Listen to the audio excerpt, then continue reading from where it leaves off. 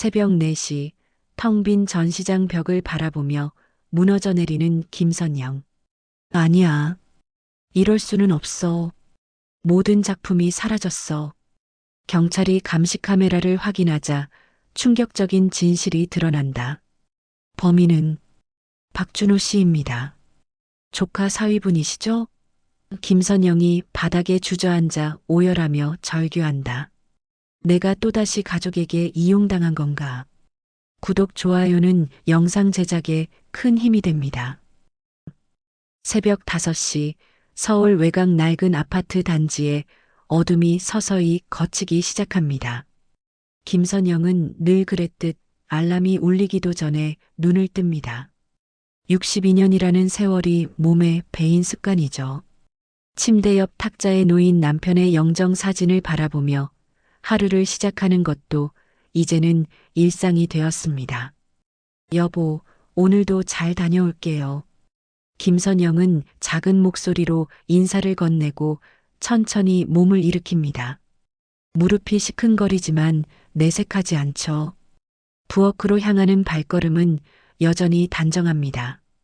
찬물에 쌀을 씻으며 김선영은 혼잣말을 중얼거립니다. 이제는 큰 욕심 없이 하루 세 끼만 잘 챙겨 먹으면 됐지. 하지만 김선영의 마음 깊은 곳에는 아직도 꺼지지 않은 불씨가 남아 있었습니다.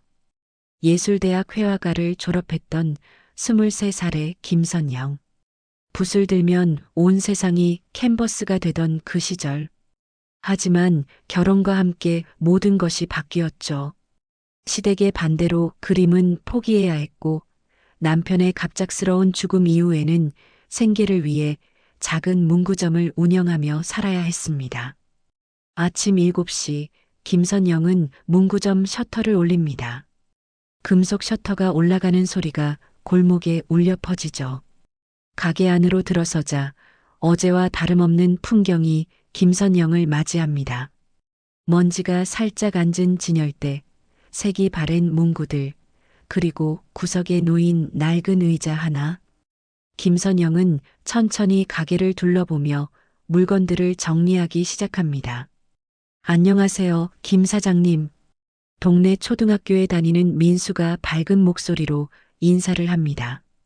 김선영의 얼굴에 처음으로 미소가 번집니다. 어머, 우리 민수. 오늘도 일찍 학교 가는구나. 뭐 필요한 거 있니? 연필이랑 지우개요. 김선영은 민수에게 연필과 지우개를 건네주며 머리를 쓰다듬어 줍니다. 이런 작은 순간들이 김선영에게는 소중한 위안이었죠. 오전 시간이 흘러가고 가게는 한산해집니다. 김선영은 카운터에 앉아 장부를 정리하다가 문득 창밖을 바라봅니다. 지나가는 동네 아주머니들의 수군거림이 들려오죠. 저기 김 사장 있잖아. 참 안 됐어. 좋은 대학 나와서 결국 문구점이나 하고 있으니. 그러게 말이야. 시댁에서도 완전 찬밥 신세라면서 실패한 집안 며느리라고 하던데. 애 하나 겨우 키워놓고 이제 혼자 늙어가는 거지 뭐. 김선영은 그들의 말을 못 들은 척하며 고개를 숙입니다. 가슴 한편이 쓰라리지만 이미 익숙해진 아픔이었습니다. 김선영은 조용히 펜을 내려놓고 가게 안쪽으로 들어갑니다. 거기엔 먼지를 뒤집어 쓴 캔버스 하나가 벽에 기대어 있었죠. 10년 전 마지막으로 그렸던 그림입니다. 미완성인 채로 남겨진 풍경화. 김선영은 캔버스를 쓰다듬으며 한숨을 내쉽니다. 점심시간이 되자 김선영은 도시락을 꺼내 혼자 밥을 먹습니다. 김치와 계란 프라이, 그리고 김. 소박한 반찬이지만 정성스럽게 차린 한 끼였죠. 밥을 먹으며 김선영은 벽에 걸린 달력을 봅니다. 내일은 시아버지 기일이었습니다. 또다시 시댁 사람들을 마주해야 한다는 생각에 입맛이 뚝 떨어집니다. 오후가 되자 몇몇 학생들이 들어와 학용품을 삽니다. 김선영은 친절하게 응대하며 아이들과 짧은 대화를 나누죠. 이 순간만큼은 외로움을 잊을 수 있었습니다. 하지만 아이들이 떠나고 나면 다시 적막이 찾아옵니다. 저녁 6시 김선영은 가게 문을 닫습니다. 하루 매출은 3만 원. 겨우 생활비를 벌 정도였죠. 김선영은 무거운 발걸음으로 집으로 돌아갑니다. 현관문을 열고 들어서자 텅 빈 거실이 김선영을 맞이합니다. 김선영은 소파에 앉아 텔레비전을 켭니다. 하지만 화면을 보는 것이 아니라 그저 소리가 필요했을 뿐이죠. 저녁을 간단히 때운 김선영은 욕실로 향합니다. 거울에 비친 자신의 모습을 바라보며 생각에 잠깁니다. 깊게 패인 주름, 희끗희끗한 머리카락, 그리고 지친 눈빛. 62년의 세월이 고스란히 얼굴에 새겨져 있었습니다. 내가 뭘 위해 살고 있는 걸까? 김선영은 씁쓸하게 중얼거리며 거울에서 시선을 돌립니다. 침실로 들어가 침대에 누운 김선영은 천장을 바라봅니다. 오늘도 무사히 하루가 지나갔지만 내일도 오늘과 다르지 않을 것임을 알고 있었죠. 밤이 깊어가고 창밖에서는 차 소리가 간간히 들려옵니다. 김선영은 눈을 감으며 속으로 되냅니다. 괜찮아. 이 정도면 충분해. 욕심내지 말자. 하지만 가슴 깊은 곳에서는 여전히 무언가를 갈망하는 자신이 있었습니다. 그림을 그리고 싶은 마음, 인정받고 싶은 욕구, 그리고 존엄하게 살고 싶은 바람. 김선영은 그 모든 것을 억누르며 잠을 청합니다. 내일 시댁 장례식장에서 또 어떤 모욕을 받을지 모른다는 불안감을 아는 채로 새벽 2시 김선영은 문득 잠에서 깹니다. 악몽을 꾸었는지 이마에 식은땀이 맺혀 있었죠. 김선영은 물을 마시러 부엌으로 나갑니다. 차가운 물이 목을 타고 내려가자 조금 진정이 됩니다. 창밖을 보니 어둠 속에서 가로등 불빛만이 희미하게 빛나고 있었습니다. 마치 김선영의 삶처럼 어둠 속에서 간신히 버티고 있는 작은 불빛 같았죠. 아침 일찍 김선영은 검은색 정장을 꺼내 입습니다. 오래되어 색이 바랬지만 정성스럽게 다림질한 옷이었죠. 거울 앞에 선 김선영은 단정하게 머리를 빗어 넘기며 깊은 한숨을 내쉽니다. 오늘은 시아버지 기일. 매년 이맘때면 찾아오는 고통스러운 하루의 시작이었습니다. 또 한 해가 지났네요, 아버님. 김선영은 작게 중얼거리며 검은 핸드백을 들고 집을 나섭니다. 버스를 타고 1시간, 지하철로 갈아타고 또 30분. 강남의 대형 병원 장례식장으로 향하는 길은 멀고도 무거웠습니다. 창밖 풍경이 스쳐 지나가는 동안 김선영은 지난 시간들을 떠올립니다. 남편이 살아있을 때만 해도 시댁에서 그나마 사람 대접은 받았었죠. 하지만 남편이 교통사고로 세상을 떠난 뒤 김선영은 시댁에서 투명인간이 되어버렸습니다. 장례식장 입구에 도착한 김선영은 잠시 멈춰섭니다. 깊게 숨을 들이쉬고 천천히 안으로 들어가죠. 엘리베이터를 타고 5층으로 올라가는 동안 김선영의 손은 미세하게 떨리고 있었습니다. 엘리베이터 문이 열리자 화려한 화환들이 줄지어 서 있는 복도가 보입니다. 시아버지는 대기업 임원 출신이었고 시댁은 강남의 부유한 집안이었으니까요. 빈소 입구에 다다르자 김선영은 발걸음을 멈춥니다. 안에서 들려오는 웃음소리와 담소소리. 장례식장이라기보다는 동창회 모임 같은 분위기였죠. 김선영은 조심스럽게 문을 열고 들어섭니다. 그 순간 빈소 안의 모든 시선이 김선영에게 쏠립니다. 침묵이 흐르고 곧 수군거림이 시작되죠. 어머, 저 사람이 왜 여기? 아직도 우리 집안 행사에 얼굴을 비추네. 신우이가 성큼성큼 다가옵니다. 50대 후반의 신우이는 명품으로 온몸을 치장하고 있었죠. 김선영과는 대조적인 모습이었습니다. 언니, 왜 오신 거예요? 초대한 적 없는데. 아버님 기일이잖아요. 며느리로서 당연히. 며느리? 지금 무슨 소리 하는 거예요? 우리 오빠 죽은 지가 언제인데 아직도 며느리 타령이에요? 신우이의 목소리가 점점 높아집니다. 주변 사람들이 하나둘 모여들기 시작하죠. 김선영은 고개를 숙인 채 조용히 대답합니다. 그래도 한때는 가족이었잖아요. 아버님께 인사라도 드리고. 가족? 언니가 무슨 가족이에요? 우리 집안 체면에 내가 왜 와? 나가. 신우이가 김선영의 어깨를 거칠게 밀어냅니다. 김선영이 비틀거리자 조카들까지 나서기 시작합니다. 30대 초반의 조카는 비웃음을 띠며 말하죠. 고모, 이제 그만하시죠. 작은 어머니도 눈치가 있으면 알아서 가셔야 하는 거 아닌가요? 여기 오신 것만으로도 할아버지 명예에 누가 됩니다. 그래, 맞아. 시골에서 문구점이나 하는 주제에 왜 여기까지 오신 거예요? 또 다른 조카가 거들고 나섭니다. 김선영은 떨리는 입술을 깨물며 참습니다. 눈물이 차오르지만 절대 보이지 않으려 애씁니다. 장내의 모든 시선이 김선영에게 쏠려 있었고 누구도 김선영을 편들어주지 않았죠. 죄송합니다.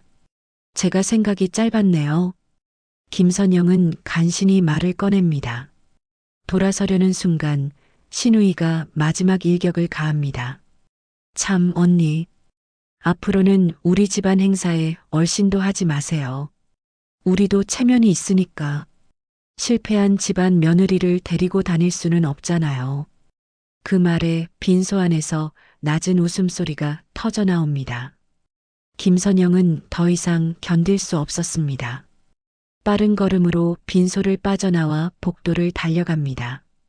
엘리베이터를 기다리는 동안에도 뒤에서 들려오는 조롱 섞인 목소리들. 김선영은 떨리는 손으로 엘리베이터 버튼을 연신 누릅니다. 밖으로 나온 김선영은 병원 뒤편 작은 공원 벤치에 주저앉습니다. 참았던 눈물이 왈칵 쏟아집니다. 62년 인생에서 받은 모든 서름이 한꺼번에 밀려오는 것 같았죠. 이제 끝이구나. 더 이상 이 집안의 그림자로 살지 않겠다. 김선영은 눈물을 닦으며 결심합니다. 다시는 시댁 사람들 앞에 서지 않겠다고. 스스로의 존엄을 지키며 살겠다고. 비록 작은 문구점 주인일지라도 당당하게 살아가겠다고 다짐합니다. 집으로 돌아오는 길은 더욱 무거웠습니다. 버스 안에서 김선영은 창밖만 멍하니 바라봅니다. 지나가는 사람들은 모두 행복해 보이는데 왜 자신만 이렇게 초라한지. 김선영은 깊은 한숨을 내쉬며 눈을 감습니다. 집에 도착한 김선영은 현관문을 열자마자 이상한 것을 발견합니다. 문 앞에 큰 봉투가 하나 놓여 있었죠. 등기우편 스티커가 붙어 있는 것으로 보아 우체부가 놓고 간 것 같았습니다. 김선영은 봉투를 집어들고 안으로 들어갑니다. 거실 소파에 앉아 봉투를 뜯어보니 법무법인 도장이 찍힌 서류가 들어 있었습니다. 그리고 그 안에는 또 다른 편지 봉투가 하나 더 있었죠. 겉면에는 떨리는 필체로 김선영 제자에게라고 적혀 있었습니다. 이 필체는 김선영의 눈이 크게 뜨입니다. 대학 시절 은사이자 한국 미술계의 거물이었던 박중원 화백의 글씨였습니다. 떨리는 손으로 편지를 꺼내 읽기 시작하는 김선영. 편지를 읽어 내려가면서 김선영의 얼굴에 놀라움이 번집니다. 사랑하는 제자 선영에게 내가 이 편지를 쓰는 지금 나는 얼마 남지 않은 시간을 보내고 있네. 자네가 결혼 후 그림을 포기하고 살아가는 모습을 멀리서 지켜보며 얼마나 안타까웠는지 모르네. 자네의 재능이 그렇게 묻히는 것이 못내 아쉬웠지. 내가 남긴 모든 것을 자네에게 물려주고자 하네. 내 전 재산 그리고 미술관을 자네가 맡아주길 바라네. 자네라면 분명 좋은 관장이 될 것이라 믿네. 다시 붓을 들 날이 올 것이네. 편지가 김선영의 손에서 떨어집니다. 믿을 수 없는 내용이었죠. 함께 동봉된 법률 서류를 확인해 보니 정말이었습니다. 박중원 화백의 유언장, 그리고 상속 관련 서류들. 김선영은 다시 한번 편지를 읽어봅니다. 눈물이 다시 차오르지만 이번에는 다른 눈물이었습니다. 스승님, 정말 절 기억하고 계셨군요. 김선영은 편지를 가슴에 안고 흐느낍니다. 오늘 낮에 받았던 모욕과 상처가 조금씩 아물어가는 것 같았죠. 어쩌면 인생의 새로운 기회가 찾아온 것일지도 모른다는 희망이 생겨납니다. 밤이 깊어가고 김선영은 편지를 몇 번이고 다시 읽습니다. 내일 법무법인을 찾아가야 한다는 생각에 가슴이 두근거립니다. 과연 어떤 일이 펼쳐질까? 김선영은 오랜만에 설레는 마음으로 잠자리에 듭니다. 다음 날 아침 김선영은 평소보다 일찍 눈을 뜹니다. 간밤에 뒤척이며 잠을 설쳤지만 오히려 몸은 가벼웠죠. 옷장을 열어 가장 깔끔한 정장을 꺼내 입습니다. 오래되었지만 단정한 감색 정장. 거울 앞에서 머리를 가다듬으며 김선영은 깊게 숨을 들이쉽니다. 오늘은 무슨 일이 일어날까? 법무법인 주소를 확인한 김선영은 집을 나섭니다. 서울 중심가의 높은 빌딩. 그곳까지 가는 길이 멀게만 느껴졌습니다. 지하철 안에서 김선영은 편지를 다시 한번 꺼내 읽어봅니다. 정말 현실인지 아직도 믿기지 않았으니까요. 11시 정각, 김선영은 법무법인 사무실 문을 열고 들어섭니다. 깔끔한 인테리어와 정장 차림의 직원들. 모든 것이 김선영에게는 낯설기만 했죠. 접수대에서 이름을 말하자 직원이 정중하게 안내합니다. 김선영 선생님이시군요. 기다리고 있었습니다. 이쪽으로 오시죠. 회의실로 안내받은 김선영은 긴장한 채 자리에 앉습니다. 잠시 후 중년의 변호사가 서류 뭉치를 들고 들어옵니다. 변호사는 김선영에게 정중히 인사를 건넨 뒤 자리에 앉았죠. 김선영 선생님, 먼저 고인의 명복을 빕니다. 박중원 화백님께서는 생전에 매우 명확한 유언을 남기셨습니다. 변호사가 서류를 펼치며 설명을 시작합니다.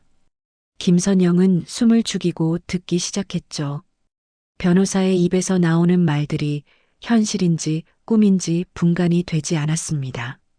고인이 남긴 미술관과 현금 자산 100억 원이 모두 선생님께 상속됩니다. 여기 서초동에 위치한 중원미술관과 미술관 운영기금, 그리고 고인의 개인 소장품 300여 점이 모두 포함됩니다.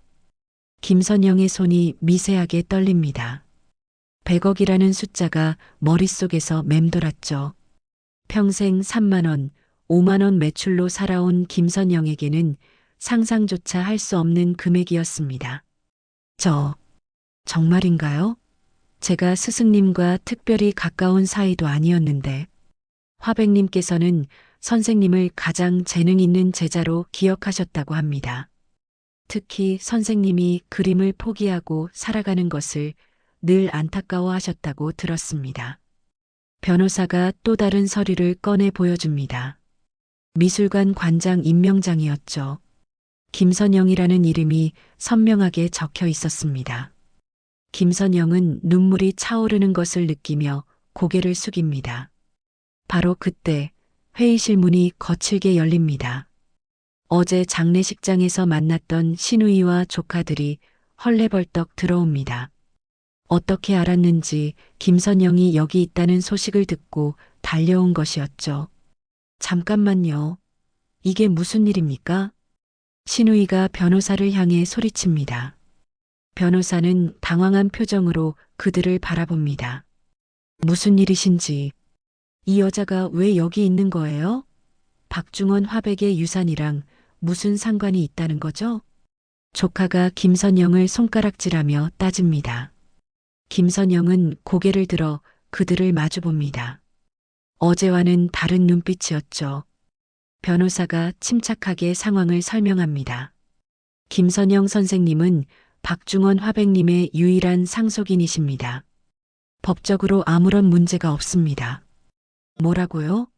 이 여자가 상속인이라고요? 신우이의 얼굴이 창백하게 변합니다. 믿을 수 없다는 표정이었죠. 조카들도 마찬가지였습니다. 그들은 서로의 얼굴을 번갈아 보며 당황해합니다. 얼마를 상속받는 건데요?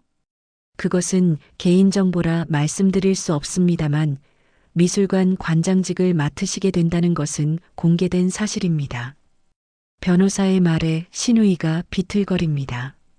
중원미술관은 한국 미술계에서 손꼽히는 곳이었으니까요. 그곳의 관장이라면 엄청난 지위와 명예를 갖게 되는 것이었습니다. 시골 아줌마가 무슨 관장이냐? 이건 말도 안 됩니다.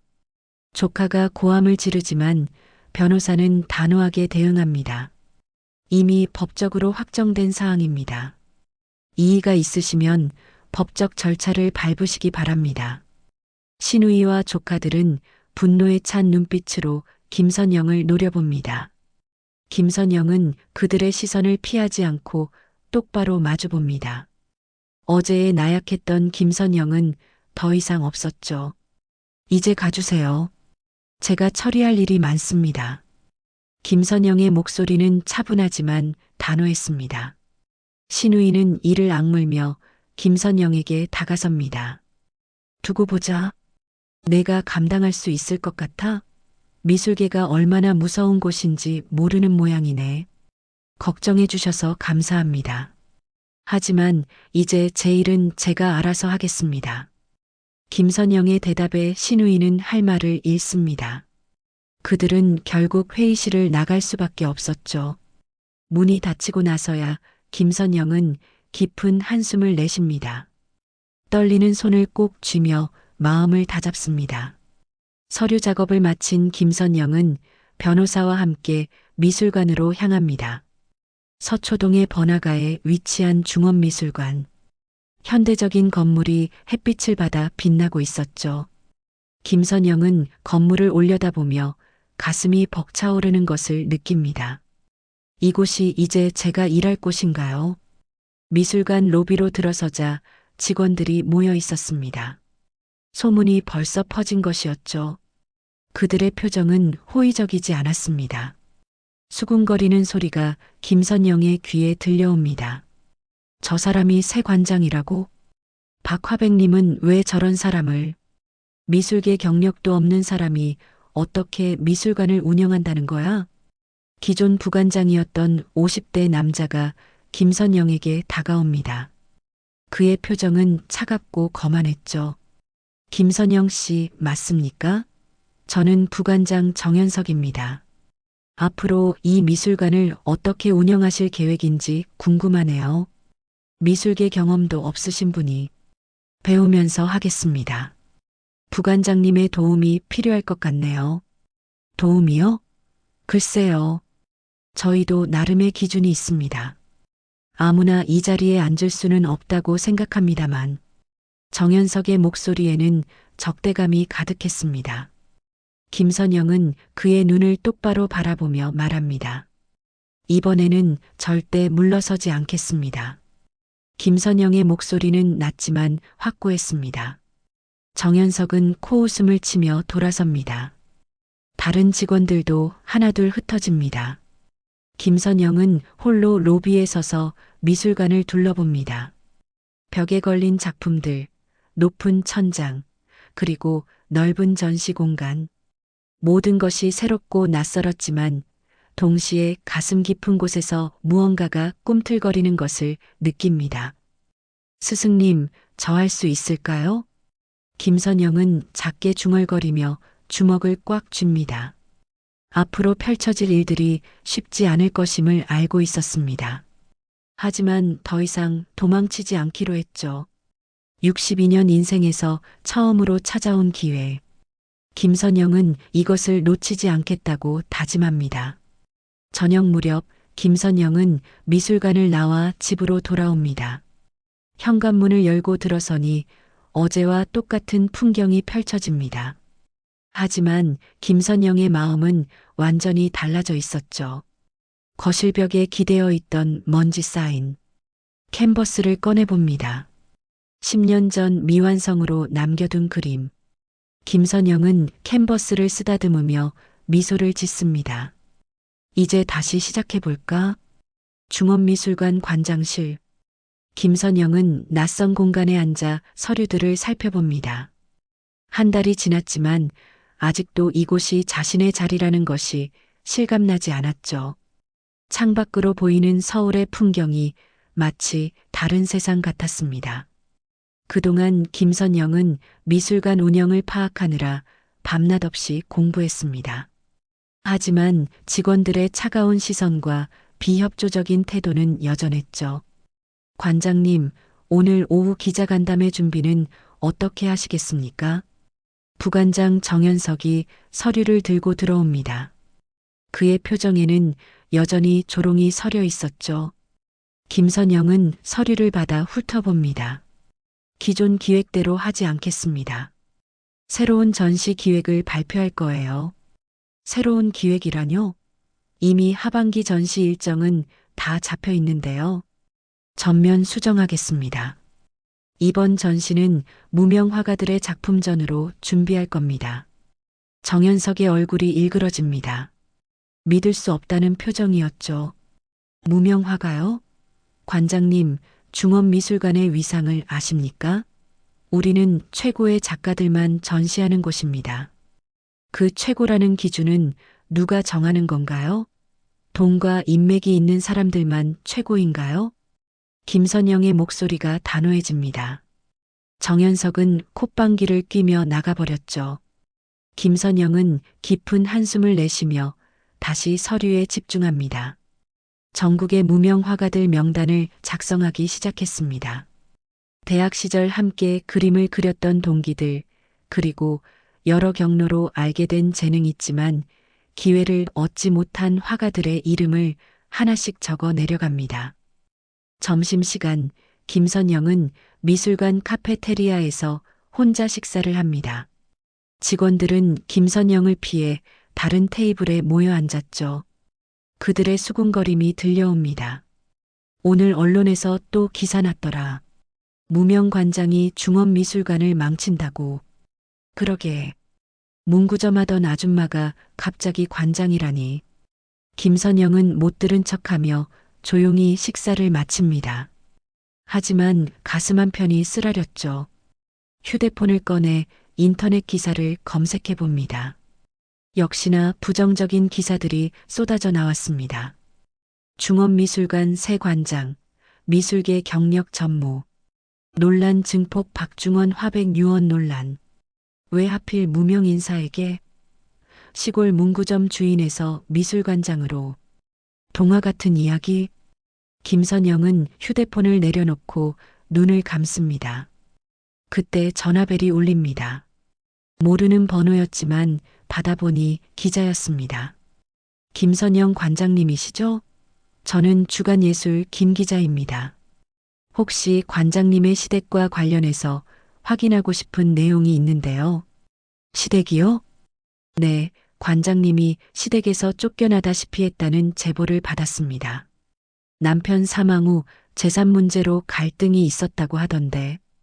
김선영의 얼굴이 창백해집니다. 시댁에서 뒷조사를 하고 언론에 흘린 것이었죠. 김선영은 떨리는 목소리로 대답합니다. 그것은 사실이 아닙니다. 더 이상 드릴 말씀 없습니다. 전화를 끄는 김선영은 주먹을 꽉 쥡니다. 시댁의 공격이 시작된 것입니다. 하지만 김선영은 물러서지 않기로 했죠. 오히려 더 과감하게 나가기로 결심합니다. 오후 2시 기자간담회장. 수십 명의 기자들이 모여 있었습니다. 대부분 비판적인 시선이었죠. 김선영이 단상에 오르자 플래시가 터집니다. 김선영은 떨리는 마음을 진정시키며 마이크를 잡습니다. 안녕하십니까? 중원미술관 관장 김선영입니다. 기자들이 일제히 손을 듭니다. 공격적인 질문들이 쏟아지기 시작했죠. 관장님, 미술계 경력이 전무한데 어떻게 미술관을 운영하실 건가요? 박화백과 특별한 관계가 있었던 건 아닌가요? 시댁과의 불화설은 사실인가요? 김선영은 잠시 침묵합니다. 그리고 천천히 입을 엽니다. 저는 오늘 새로운 전시 기획을 발표하려 합니다. 중원미술관은 앞으로 잊혀진 예술가들의 부활이라는 주제로 특별전을 개최할 것입니다. 기자들이 웅성거리기 시작합니다. 김선영은 계속해서 말을 이어갑니다. 그동안 미술계는 소수의 기득권층이 독점해왔습니다. 재능이 있어도 인맥과 돈이 없으면 기회조차 얻지 못했죠. 저는 그런 구조를 바꾸고 싶습니다. 한 기자가 비웃음을 띠며 질문합니다. 그래서 무명 화가들 작품을 전시한다는 건가요? 중원미술관의 품격을 떨어뜨리시려는 건가요? 품격이란 무엇입니까? 비싼 그림만이 품격 있는 건가요? 저는 진정한 예술의 가치를 보여드리고 싶습니다. 이 미술관은 가진 자의 것이 아닌 잊힌 예술가들의 것입니다. 김선영의 목소리가 울려 퍼집니다. 순간 간담회장이 조용해졌죠. 몇몇 젊은 기자들이 박수를 치기 시작합니다. 하지만 동시에 반발의 목소리도 터져나왔습니다. 이상주의적인 발상입니다. 현실을 모르시는군요. 미술관이 자선단체입니까? 정현석 부관장이 일어서며 큰 소리로 외칩니다. 저는 이런 무모한 기획에 반대합니다. 이사회에 정식으로 문제를 제기하겠습니다. 김선영은 그를 똑바로 바라보며 대답합니다. 그렇게 하십시오. 하지만 전 포기하지 않을 겁니다. 간담회가 끝난 후 김선영은 관장실로 돌아옵니다. 온몸에 힘이 빠졌지만 후회는 없었죠. 창밖을 바라보니 해가 지고 있었습니다. 그때 노크 소리가 들립니다. 들어오세요. 문이 열리고 젊은 여직원 한 명이 들어옵니다. 미술관에서 유일하게 김선영에게 호의적이었던 큐레이터 최은지였죠. 관장님, 오늘 정말 멋있었어요. 저는 관장님 생각에 동의합니다. 고마워요, 은지 씨. 하지만 앞으로가 더 힘들 거예요. 저희가 돕겠습니다. 사실 저 말고도 관장님을 지지하는 직원들이 있어요. 다만 아직 드러내지 못할 뿐이죠. 김선영의 눈가에 눈물이 맺힙니다. 완전히 혼자는 아니라는 사실이 위안이 되었습니다. 저녁 김선영은 집으로 돌아와 무명 화가들에게 연락을 시작합니다. 대학 동기들, 지방에서 활동하는 작가들, 그리고 생활고에 시달리며 그림을 포기한 사람들. 하나하나 전화를 걸며 김선영은 간곡하게 부탁합니다. 다시 한번 기회를 잡아보지 않겠어요? 우리 함께 해봅시다. 어떤 이들은 감격해했고 어떤 이들은 의심했습니다. 하지만 김선영은 포기하지 않고 계속 설득했죠. 밤이 깊도록 전화는 이어졌습니다. 새벽 2시 김선영은 지친 몸을 침대에 눕힙니다. 내일은 더 큰 싸움이 기다리고 있을 것입니다. 언론의 공격, 시댁의 방해, 그리고 미술계 기득권층의 반발. 모든 것이 김선영을 압박해올 것이었죠. 하지만 김선영은 두렵지 않았습니다. 오히려 가슴 깊은 곳에서 뜨거운 무언가가 타오르고 있었습니다. 스승님, 보고 계신가요? 제가 해내고 있어요. 전시회 개막 하루 전 새벽 4시 김선영은 미술관에 나와 있었습니다. 잠을 이룰 수 없어 집을 나선 것이었죠. 전시장을 천천히 둘러보며 김선영은 감격에 젖어 있었습니다. 전국에서 모인 무명 화가들의 작품 50여 점이 벽면을 가득 채우고 있었습니다. 각각의 작품에는 화가들의 삶과 열정이 고스란히 담겨 있었죠. 드디어 내일이구나. 모두의 꿈이 이루어지는 날. 김선영은 작품 하나하나를 쓰다듬으며 미소를 짓습니다. 지난 2달간 정말 힘들었습니다. 기득권층의 방해와 언론의 공격이 계속됐지만 김선영은 굴하지 않았죠. 무명 화가들과 함께 밤낮 없이 준비한 전시회. 이제 그 결실을 맺을 시간이었습니다. 아침 9시 직원들이 하나둘 출근하기 시작합니다. 큐레이터 최은지가 밝은 표정으로 다가왔죠. 관장님, 오늘 예매율이 80%를 넘었어요. 언론에서도 관심을 보이고 있고요. 정말이에요? 다행이네요. 은지 씨 덕분이에요. 아니에요. 관장님이 해내신 거죠. 오늘 최종 점검만 마치면 내일은 대성공일 거예요. 김선영은 고개를 끄덕이며 다시 전시장으로 향합니다. 하지만 무언가 불안한 예감이 들었습니다. 너무 조용했던 것이죠. 정현석 부관장을 비롯한 반대파들이 며칠째 아무런 움직임을 보이지 않고 있었습니다. 오후 3시 김선영은 잠시 사무실로 돌아와 서류를 정리합니다. 그때 조카 사위인 박준호가 찾아왔습니다. 30대 중반의 박준호는 신우이의 사위로 미술품 거래상을 하고 있었죠. 김선영은 의외의 방문에 당황합니다. 준호 씨, 무슨 일이에요? 작은 어머니, 안녕하세요. 내일 전시회 때문에 오신 거 아니에요? 네, 그런데요. 박준호가 조심스럽게 주변을 살피며 목소리를 낮춥니다. 사실 작은 어머니께 드릴 말씀이 있어서 왔습니다. 장모님이 무언가 계획하고 계신 것 같아요. 내일 전시회를 망치려고 하시는 것 같은데. 김선영의 얼굴이 굳어집니다. 역시 불안한 예감이 맞았던 것이죠. 구체적으로 무슨 계획인지 아세요? 자세히는 모르겠지만 정현석 부관장과 무언가 짜고 있는 것 같습니다. 조심하시는 게 좋을 것 같아서 미리 알려드리려고. 박준호는 그렇게 말하고 급하게 나가버렸습니다. 김선영은 불안한 마음을 안고 다시 전시장으로 내려갑니다. 작품들을 확인하며 혹시 모를 사태에 대비하려 했죠. 저녁 8시 김선영은 마지막 점검을 마치고 퇴근 준비를 합니다. 직원들도 하나둘 떠나고 미술관은 조용해졌죠. 김선영은 전시장을 한 번 더 둘러보고 나가려는데 갑자기 정전이 됩니다. 깜깜한 어둠이 미술관을 뒤덮었죠. 뭐지? 정전인가? 김선영은 휴대폰 불빛을 켜고 전기실로 향합니다. 하지만 그때 전시장 쪽에서 이상한 소리가 들려왔습니다. 급하게 전시장으로 뛰어간 김선영은 믿을 수 없는 광경을 목격합니다. 누군가가 작품들을 떼어내고 있었던 것이죠. 거기 누구세요? 멈추세요. 김선영이 소리치자 그림자들이 황급히 도망칩니다. 전기가 다시 들어오고 김선영은 전시장의 참상을 확인합니다. 주요 작품 20여 점이 사라져 있었습니다. 벽에는 텅 빈 자국만 남아 있었죠. 김선영은 그 자리에 주저앉습니다. 아니야. 이럴 수는 없어. 경비실에 연락해 경찰을 부릅니다.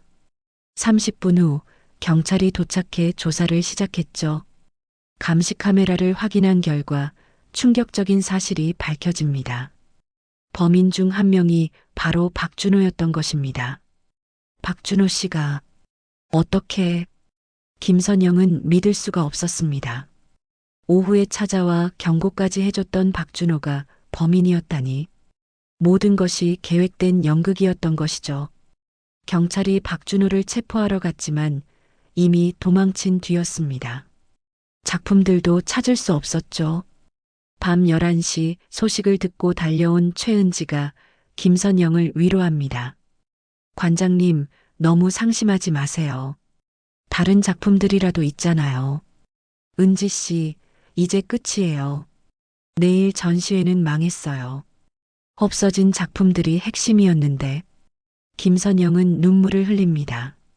2달간의 노력이 하루아침에 무너진 것이었죠. 그때 휴대폰이 울립니다. 신우이였습니다. 어머, 작은 언니. 큰일 났다면서요? 작품들이 도난당했다고요? 신우이의 목소리에는 조롱이 가득했습니다. 김선영은 이를 악물며 묻습니다. 당신이 시킨 거죠? 준호 씨를 시켜서. 무슨 소리예요? 증거라도 있어요? 우리 사위가 그럴 리가 없잖아요. 아마 언니가 관리를 제대로 못한 거겠죠. 당신들이 얼마나 비열한지 이제 알겠어요. 비열하다고요? 언니야말로 분수도 모르고 설쳐댄 결과예요. 이제 그만 포기하시죠. 미술관은 언니가 있을 곳이 아니에요. 전화가 끊어집니다. 김선영은 휴대폰을 내려놓고 바닥에 주저앉습니다. 온몸에 힘이 빠졌습니다. 내가 또다시 가족에게 이용당한 건가? 김선영은 오열하기 시작합니다. 새벽 1시 미술관 앞에는 취재진들이 몰려들기 시작했습니다. 도난 소식이 벌써 퍼진 것이었죠. 플래시가 터지고 마이크가 김선영 앞으로 밀려듭니다. 관장님, 내일 전시회는 어떻게 되는 겁니까? 도난당한 작품들의 가치는 얼마나 됩니까? 관리 소홀의 책임을 어떻게 지실 건가요? 김선영은 아무 대답도 하지 못한 채 미술관으로 들어갑니다. 로비에는 정현석 부관장이 기다리고 있었죠. 승리감에 찬 표정이었습니다. 관장님, 이제 현실을 아시겠습니까? 당신은 이 자리에 맞지 않는 사람이에요.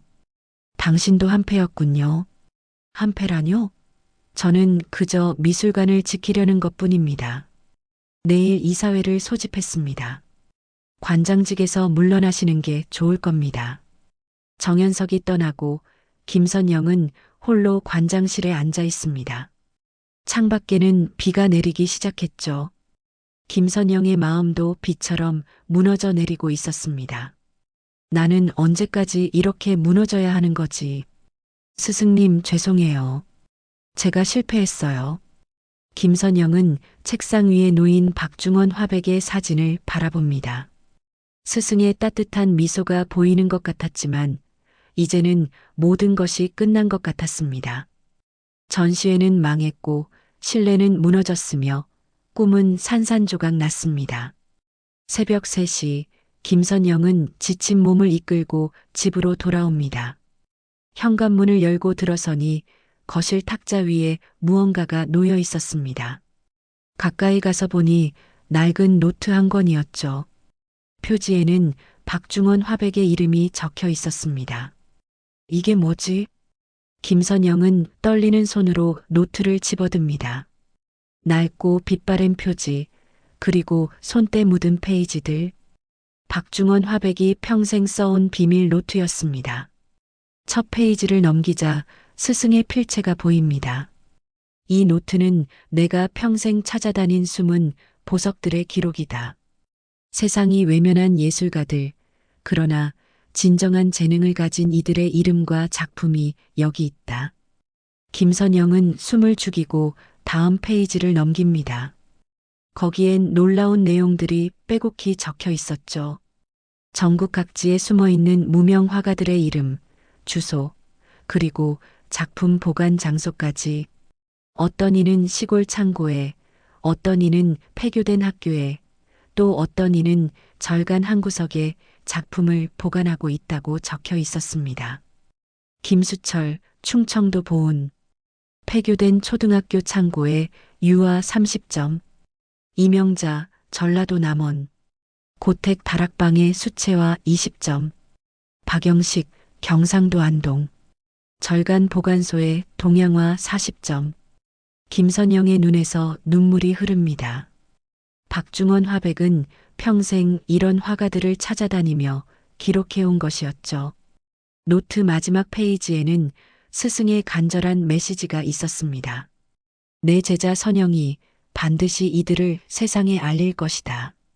나는 늙고 병들어 이루지 못했지만 선영이라면 할 수 있을 것이다. 이것이 내 마지막 부탁이자 소원이다. 스승님, 이제 알겠어요. 이 싸움은 나를 위한 게 아니라 잊힌 이들을 위한 것이었군요. 김선영은 눈물을 닦고 일어섭니다. 시계를 보니 새벽 4시.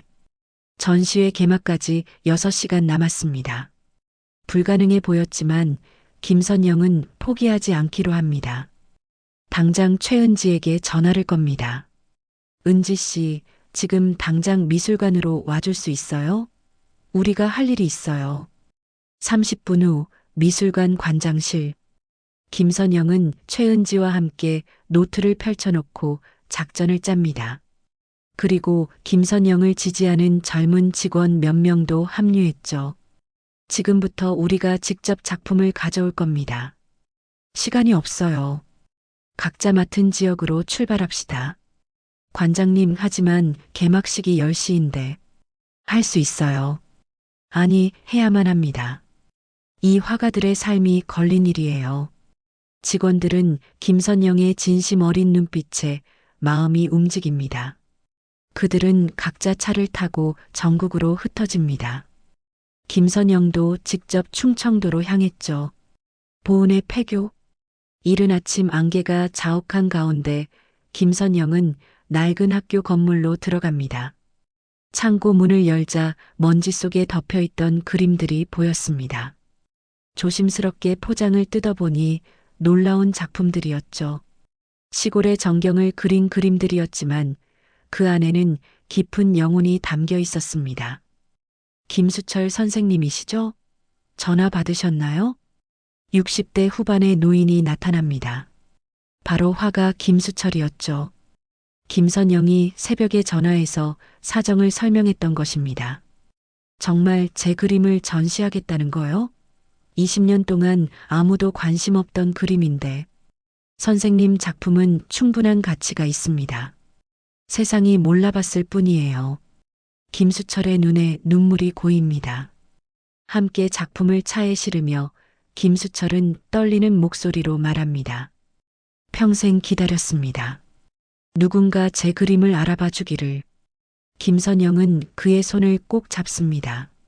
그리고 다시 서울로 향했죠. 다른 직원들도 속속 작품을 가지고 돌아옵니다.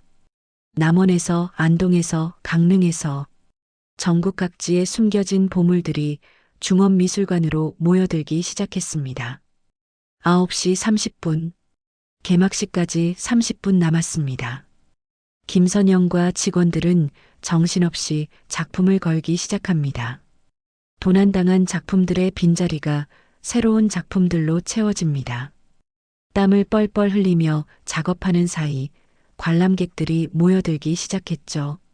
정현석 부관장이 득이만면한 표정으로 나타납니다. 관장님, 무슨 짓인지 아십니까? 개막식 직전에 작품을 바꾸다니. 이건 미술관의 신뢰를 무너뜨리는 일이에요. 신뢰는 이미 무너졌잖아요. 당신들이 무너뜨렸죠. 뭐라고요? 이제 새로 시작하는 겁니다. 진정한 예술로.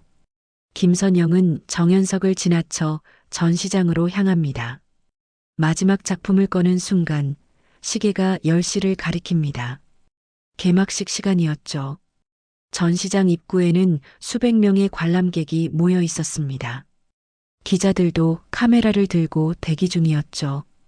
대부분은 실패한 전시회를 조롱하러 온 사람들이었습니다. 하지만 김선영은 당당하게 마이크 앞에 섭니다. 여러분, 어젯밤 불미스러운 일이 있었습니다. 하지만 우리는 포기하지 않았습니다. 오늘 여러분께 보여드릴 작품들은 한국 곳곳에 숨어 있던 진짜 예술입니다. 웅성거림이 일어납니다. 김선영은 계속해서 말을 이어갑니다. 이 작품들의 작가들은 유명하지 않습니다. 돈도 없고 인맥도 없었죠. 하지만 그들에게는 순수한 열정과 재능이 있었습니다. 박중원 화백님이 평생 찾아다닌 숨겨진 보석들입니다. 김선영이 박중원 화백의 노트를 높이 들어 보입니다. 기자들이 플래시를 터뜨리기 시작했죠. 이 노트에는 스승님의 꿈이 담겨 있습니다. 진정한 예술을 세상에 알리고자 했던 꿈. 오늘 그 꿈이 이루어집니다. 전시장 문이 열립니다. 관람객들이 들어가기 시작했죠. 처음에는 냉소적이던 표정들이 작품을 보며 조금씩 바뀌기 시작합니다.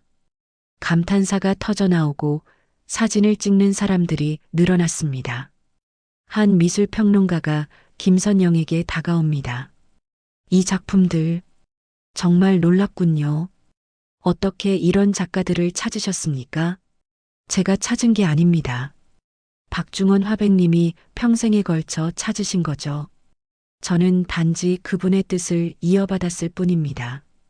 신우이와 조카들도 전시장에 나타납니다. 그들의 얼굴은 당황스러워 보였죠. 실패할 줄 알았던 전시회가 오히려 성공적으로 진행되고 있었으니까요. 어떻게 도난당한 작품들은? 신우이가 중얼거립니다. 김선영은 그들을 바라보며 조용히 말합니다. 작품은 훔칠 수 있어도 예술로는 훔칠 수 없습니다. 진짜는 언제나 살아남아요. 오후가 되자 입소문이 퍼지기 시작합니다. 소셜미디어에는 전시의 사진들이 올라오고 긍정적인 평가들이 쏟아집니다. 언론도 논조를 바꾸기 시작했죠. 중원미술관, 숨겨진 보석을 찾아내다 박중원 화백의 유산, 진정한 의미를 찾다 무명에서 유명으로 기적의 전시회. 저녁 무렵 김선영은 지친 몸을 이끌고 관장실로 돌아옵니다. 창밖으로 보이는 전시장에는 여전히 관람객들이 줄을 서 있었죠. 최은지가 커피를 들고 들어옵니다. 관장님, 정말 해내셨어요. 오늘 관람객이 1000명을 넘었대요. 우리가 해낸 거예요, 은지 씨. 모두가 함께 해낸 거죠. 김선영은 박중원 화백의 사진을 바라봅니다. 스승의 얼굴이 미소 짓는 것 같았습니다. 김선영도 따라 미소를 지으며 속삭입니다. 스승님, 이제 시작입니다. 아직 노트에 있는 화가들이 많이 남았어요. 모두 세상에 알릴 때까지 멈추지 않을게요.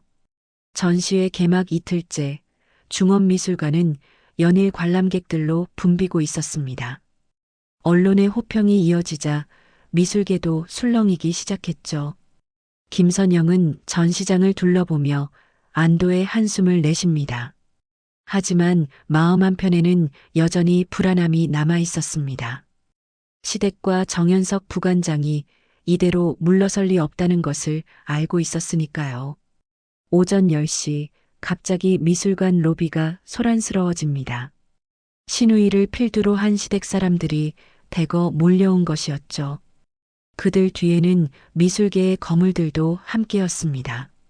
한국미술협회 회장, 유명 갤러리 대표들, 그리고 영향력 있는 평론가들까지 모두 정현석 부관장이 불러 모은 사람들이었습니다. 김선영, 당장 내려와라. 신우이가 로비 한가운데서 고함을 지릅니다. 관람객들이 놀라 뒤를 돌아봤고 기자들도 카메라를 들고 몰려들기 시작했죠. 김선영은 침착하게 계단을 내려옵니다. 무슨 일이신가요? 무슨 일이냐고? 내가 이 미술관을 망치고 있잖아. 당장 관장직에서 물러나. 한국미술협회 회장이 앞으로 나섭니다. 70대의 노신사였지만 위압적인 분위기를 풍기고 있었죠. 김 관장, 당신은 미술계의 질서를 무너뜨리고 있어. 검증되지 않은 작품들을 마구 전시하다니. 이건 미술관의 권위를 떨어뜨리는 일이요. 검증이라는 게 뭔가요? 당신들이 인정해야만 예술이 되는 건가요? 김선영의 반박에 회장의 얼굴이 붉어집니다. 정현석 부관장이 득의양양한 표정으로 나섭니다. 오늘 이사회를 긴급 소집했습니다. 관장님의 해임안을 상정할 겁니다. 도난 사건에 대한 책임도 물어야겠죠. 그래, 내가 할 자리가 아니야.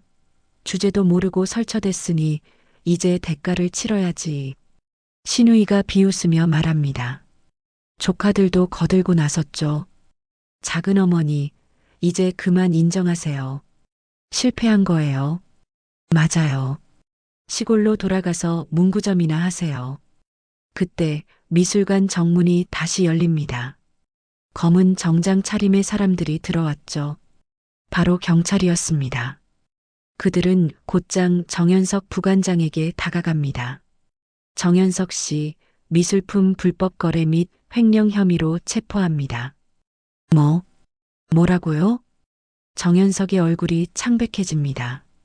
경찰은 계속해서 설명합니다. 박준호 씨와 공모하여 미술관 작품을 불법 반출하려 한 혐의입니다.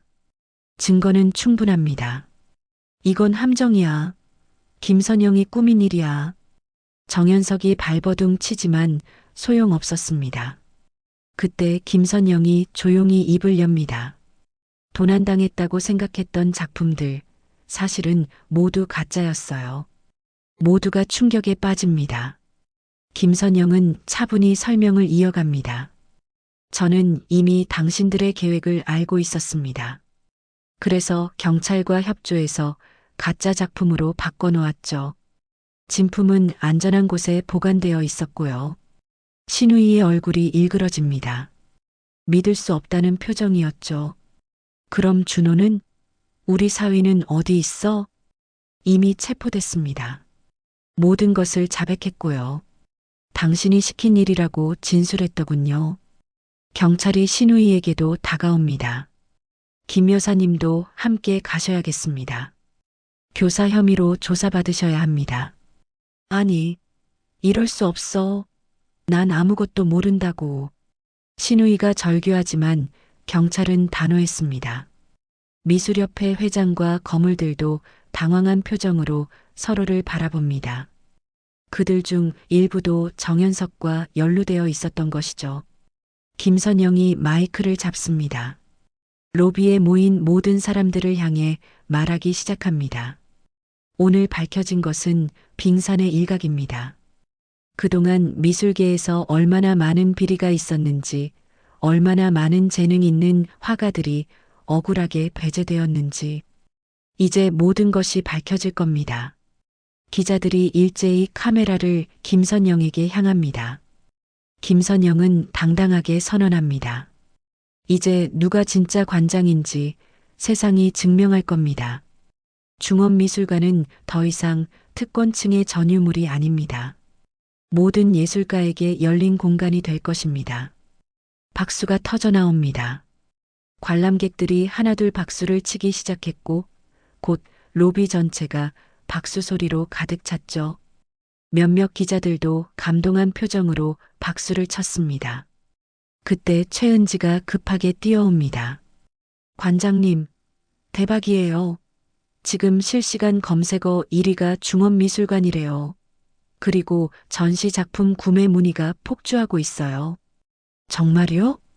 네.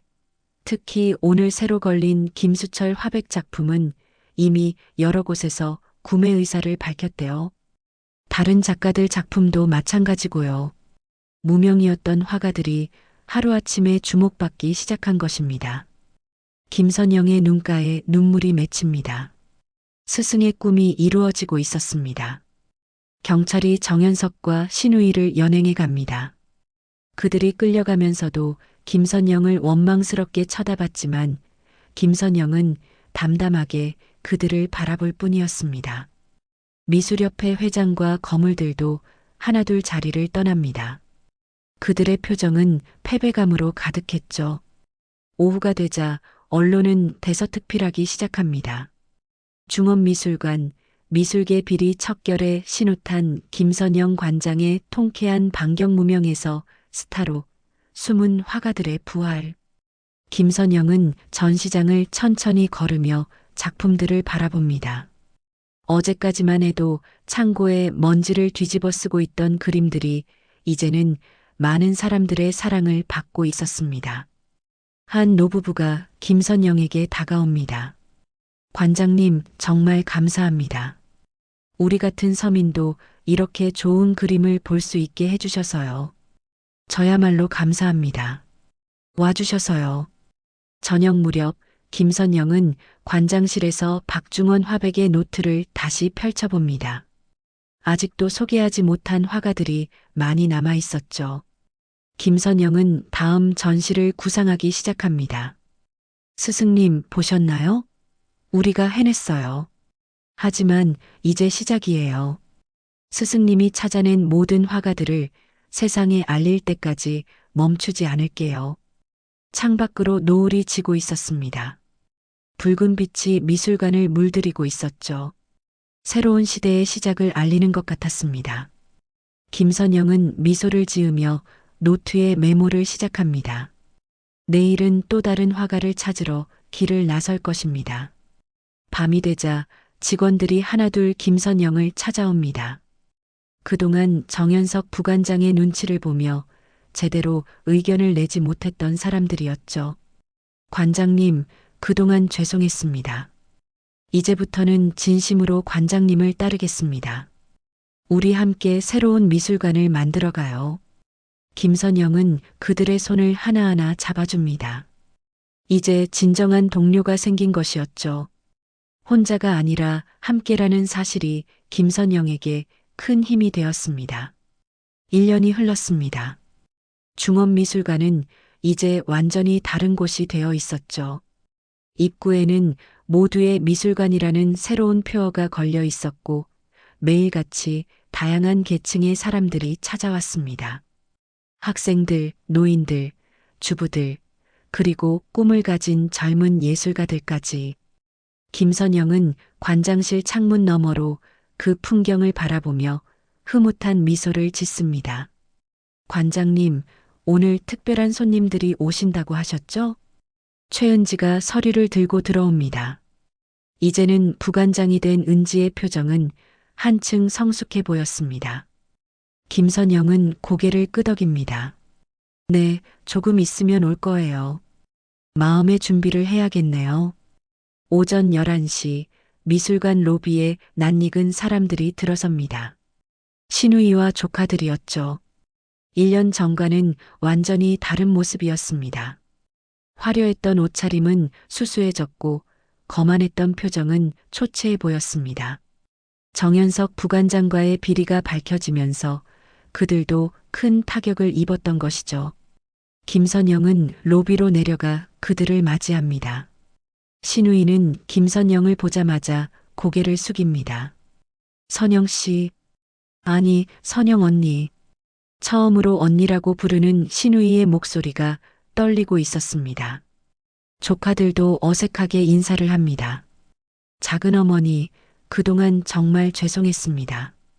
저희가 너무 큰 잘못을 했어요. 김선영은 그들을 조용히 바라봅니다. 1년 전이었다면 분노했을지도 모릅니다. 하지만 지금은 달랐죠.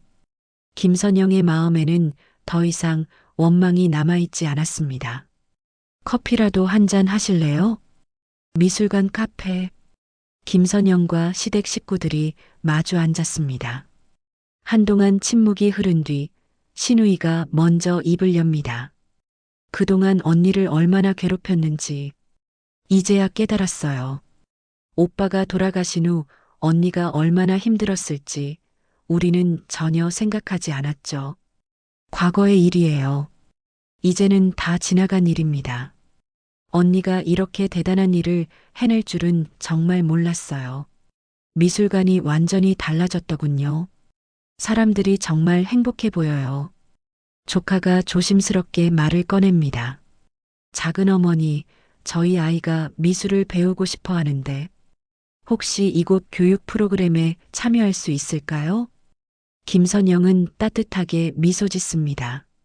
물론이죠. 언제든 환영이에요.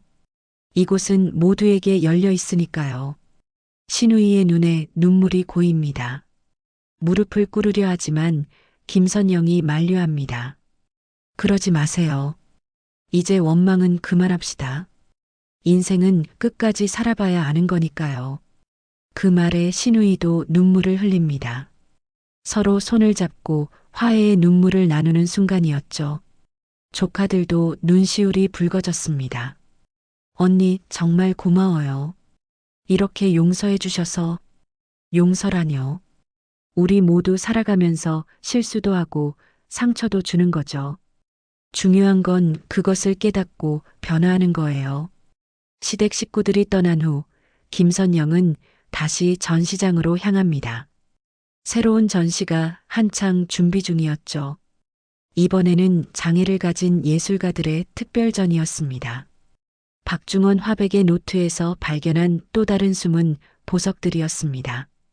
관장님, 김수철 화백이 찾아오셨어요. 직원의 안내를 받아 김수철이 들어옵니다. 1년 전 보은의 폐교에서 만났던 바로 그 화가였죠. 이제는 유명 화가가 되어 있었습니다. 관장님, 정말 감사합니다. 덕분에 제 인생이 완전히 바뀌었어요. 70평생 처음으로 제 그림이 인정받았습니다. 선생님의 재능이 원래 뛰어났던 거예요. 저는 기회를 드렸을 뿐입니다. 이것 보세요. 제 손자가 그린 그림이에요. 할아버지처럼 화가가 되고 싶다고 하더군요. 김수철이 자랑스럽게 그림을 보여줍니다. 김선영은 그 그림을 보며 마음이 따뜻해지는 것을 느낍니다. 예술의 꿈이 대를 이어 전해지고 있었습니다. 오후가 되자 김선영은 특별한 공간으로 향합니다. 미술관 꼭대기층에 새로 만든 작업실이었죠. 김선영은 10년 만에 다시 붓을 들었습니다. 캔버스 앞에 서자 가슴이 두근거립니다. 이제 나도 다시 그려볼까? 김선영은 천천히 붓을 움직이기 시작합니다. 그동안 억눌렸던 예술혼이 되살아나는 순간이었죠. 색채가 캔버스 위에 춤을 추기 시작했고 형태가 만들어지기 시작했습니다. 김선영이 그리는 것은 희망이었습니다. 절망에서 일어선 사람들의 희망이었죠. 저녁 무렵 김선영은 관장실로 돌아옵니다. 책상 위에는 박중원 화백의 노트가 여전히 놓여 있었습니다. 김선영은 노트를 펼쳐 마지막 페이지를 봅니다. 거기엔 김선영이 새로 적은 이름들이 가득했습니다. 1년 동안 발굴한 새로운 예술가들이었죠. 스승님, 이제 제가 스승님의 역할을 이어가고 있어요. 더 많은 숨은 보석들을 찾아낼게요. 창밖을 보니 미술관 앞마당에서 야외 전시회가 열리고 있었습니다. 학생들과 무명 화가들이 함께 그림을 그리고 있었죠. 아이들의 웃음소리가 들려옵니다. 부모들은 아이들과 함께 그림을 감상하며 행복한 시간을 보내고 있었습니다. 김선영은 천천히 마당으로 내려갑니다. 한 어린아이가 김선영에게 다가와 묻습니다. 할머니, 저도 그림 그려도 돼요? 물론이지. 누구나 예술가가 될 수 있단다. 김선영은 아이에게 크레파스를 건네줍니다. 아이는 신나게 그림을 그리기 시작했죠. 그 모습을 보며 김선영은 생각합니다. 이것이 진정한 미술관의 모습이라고. 특별한 사람들만을 위한 공간이 아닌 모두가 예술을 즐기고 꿈꿀 수 있는 공간이라고. 최은지가 다가와 김선영 옆에 섭니다. 관장님, 내일 문화부 장관이 방문하신대요. 중원미술관을 모범 사례로 소개하고 싶다고 하시더군요. 그래요? 부담스럽네요. 부담스러우실 게 뭐 있어요? 관장님은 한국 미술계를 바꾸신 분인걸요. 김선영은 고개를 젓습니다. 내가 바꾼 게 아니에요. 우리 모두가 함께 바꾼 거죠. 그리고 진짜 주인공은 저 화가들이에요. 포기하지 않고 그림을 그려온 사람들이죠. 밤이 되어 미술관이 문을 닫을 시간이 되었습니다. 김선영은 전시장을 마지막으로 한 번 더 둘러봅니다. 벽에 걸린 작품들이 조명을 받아 빛나고 있었죠. 각각의 작품에는 화가들의 인생이 담겨 있었습니다. 관장실로 돌아온 김선영은 창가에 서서 밤하늘을 올려다봅니다. 별들이 반짝이고 있었죠. 김선영은 조용히 속삭입니다. 내가 원한 건 돈도 명예도 아니었어. 존엄을 되찾는 일이었지. 김선영의 눈가에 눈물이 맺힙니다. 하지만 그것은 슬픔의 눈물이 아니었습니다. 감사와 벅참의 눈물이었죠. 62년 인생에서 가장 힘들었던 시간을 지나 이제야 진정한 자신을 찾은 것입니다. 다음 날 아침 김선영은 평소처럼 일찍 미술관에 나옵니다. 로비에는 이미 관람객들이 줄을 서 있었죠. 그 중에는 꿈을 가진 젊은 예술가들도 있었고 손자, 손녀의 손을 잡은 노인들도 있었습니다. 모두가 기대에 찬 표정이었습니다. 김선영은 그들을 바라보며 마음속으로 다짐합니다. 이 미술관이 계속해서 꿈과 희망의 공간이 되도록, 누구도 소외되지 않는 예술의 터전이 되도록 끝까지 지켜나가겠다고. 미술관 문이 열리고 사람들이 들어오기 시작합니다. 아이들의 웃음소리, 감탄사, 그리고 행복한 대화들이 미술관을 가득 채웁니다. 김선영은 그 소리를 들으며 미소를 짓습니다. 이것이 바로 김선영이 꿈꾸던 세상이었습니다.